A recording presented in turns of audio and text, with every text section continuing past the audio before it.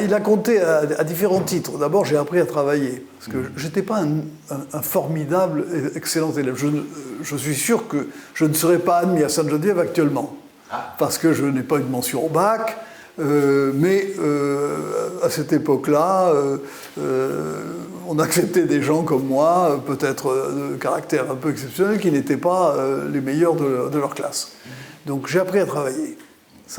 J'ai appris des disciplines rudes, hein, parce que j'ai fait une sup, ce qu'on appelait centrale, qui était la sup de deuxième niveau. Il y avait l'X et puis il y avait centrale. Vous savez, ce sont des années où on forme son caractère, où on forme sa personnalité. Donc j'ai certainement reçu beaucoup plus que ça de Sainte-Geneviève. J'y me suis fait des amis, j'ai peut-être... appris qu'il n'y avait pas que le fric dans la vie, un certain nombre de choses comme ça. Mais c'est venu peut-être de manière un peu inconsciente. Et actuellement, je ne sais plus très bien à qui attribuer un certain nombre des choses qui m'ont constitué comme personnalité. Il y en a certainement qui relèvent de Sainte-Geneviève, c'est clair, parce que c'est une expérience assez forte.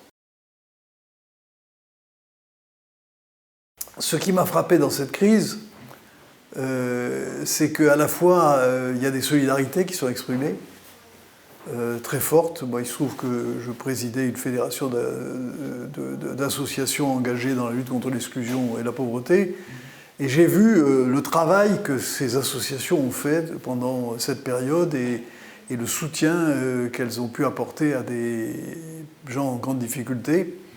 Je note une seule chose, la fédération que je présidais jusqu'à la semaine dernière, qui s'appelle la Fédération des acteurs de la solidarité, réunit à peu près 95% des centres d'hébergement pour des sans-abri. Et aucun n'a fait l'objet d'un droit de retrait des personnels. Nous n'avions ni masque, ni gel, rien. Les personnels ont continué à travailler. Je peux vous dire que je suis extrêmement admiratif du dévouement des personnels dans des conditions sanitaires qui n'étaient absolument pas satisfaisantes. Alors progressivement, au bout d'un mois et demi, on a commencé à pouvoir les équiper en masque, qu'on a fait venir comme on a pu, hein, en se débrouillant. Mais là, j'ai vu quand même des expressions de solidarité. Ça, c'est une chose. Et j'espère que ça restera. Mais j'ai vu aussi l'accélération de processus qui me préoccupe. Ce processus, c'est l'individualisation des personnes, l'éparpillement. Le télétravail va se développer énormément, même dans l'entreprise où je sévis actuellement, PSA. Je conçois tout à fait qu'on le développe parce que ça apporte beaucoup d'avantages, moins de bureaux, moins de déplacements, etc. Mais c'est quand même l'isolement des gens. Et je pense que l'individualisme, qui est pour moi des dangers de notre époque, risque de se trouver renforcé par le fait que les gens sont dispersés. Le risque sanitaire les a recentrés sur eux. Ça me frappe, c'est symbolique, mais les gens ne se regardent plus dans la rue. On a nos masques, on ne regarde plus les gens dans la rue. Moi, j'habite en banlieue, on a l'habitude de se dire bonjour quand on se croise. On se dit de moins en moins bonjour. Donc je pense qu'il y a des liens sociaux qui risquent d'être entamés. Il faudra bien veiller à ce que ça ne soit pas le cas, et je le crains. D'autre part, le déferlement, le rôle des plateformes, qui a été absolument décisif, des grandes plateformes américaines d'ailleurs, pratiquement toutes. Je crois quand même que nous vivons une période, je veux pas, je suis un vieux schnock, donc évidemment on se dit, lui il rêve de la société telle qu'elle était auparavant. Je dis quand même, cette société est porteuse de choses formidables, progrès technique, mais la science, mais en même temps, il y a un risque de repli sur soi des gens qui me rappelle un peu le livre de Fourquet sur l'archipel français, c'est-à-dire l'éclatement de la société française. Je pense que ça, c'est un sujet de préoccupation. Je ne suis pas sûr que la crise du Covid n'ait pas accéléré ce processus d'éclatement de la société française. Écoutez, sur les deux premiers, je n'ai pas grand-chose à dire parce que j'y adhère totalement. Donc, je dirais que aider des jeunes qui ont les capacités mais qui n'ont pas l'argent, ça me paraît aller de soi. D'ailleurs, c'est quasiment du service public. Il est absolument anormal que des gens ne puissent pas se faire des études parce qu'ils n'ont pas les moyens de se les payer. Ça, a priori, c'est un scandale. S'ils ont les moyens intellectuels, s'ils ont fait les efforts nécessaires dans le secondaire pour être au niveau d'excellence qui leur permet de faire des études supérieures, et surtout aussi exigeantes que celles que promeut Sainte-Geneviève, je comprends parfaitement. J'adhère totalement. Le deuxième axe, celui sur l'exclusion, alors vous le focalisez sur l'exclusion scolaire, ça me paraît d'ailleurs un des thèmes tout à fait majeurs, la lutte contre le décrochage. L'exclusion, c'est évidemment bien d'autres choses, mais il y a cet axe est important. Je pense que c'est un axe aussi où les élèves eux-mêmes peuvent faire l'expérience de la solidarité, c'est-à-dire qu'ils peuvent aller, même, ils sont en situation intellectuelle d'aider des décrocheurs eux-mêmes, ils sont en situation de participer à des manifestations de lutte contre l'exclusion scolaire. Actuellement, on a des problèmes très sérieux liés au numérique en particulier, parce que quand les classes sont fermées, on s'aperçoit qu'il y a 20 ou 30% des élèves qui n'ont pas d'ordinateur dans leur environnement. Donc, peut-être pas à Janson-de-Sailly, mais dans des endroits plus populaires.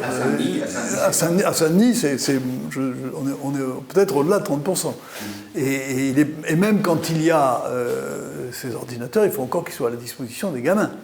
Donc, il y a une rupture numérique qui s'est créée, qui est très lourde, et je pense que dans ce domaine, l'action qui peut être menée par des jeunes qui s'investissent là-dedans peut être extrêmement utile, pas pour apporter le matériel, il faut trouver des moyens pour fournir les ordinateurs, mais pour permettre aux gens d'apprendre à s'en servir, en tirer le meilleur, etc.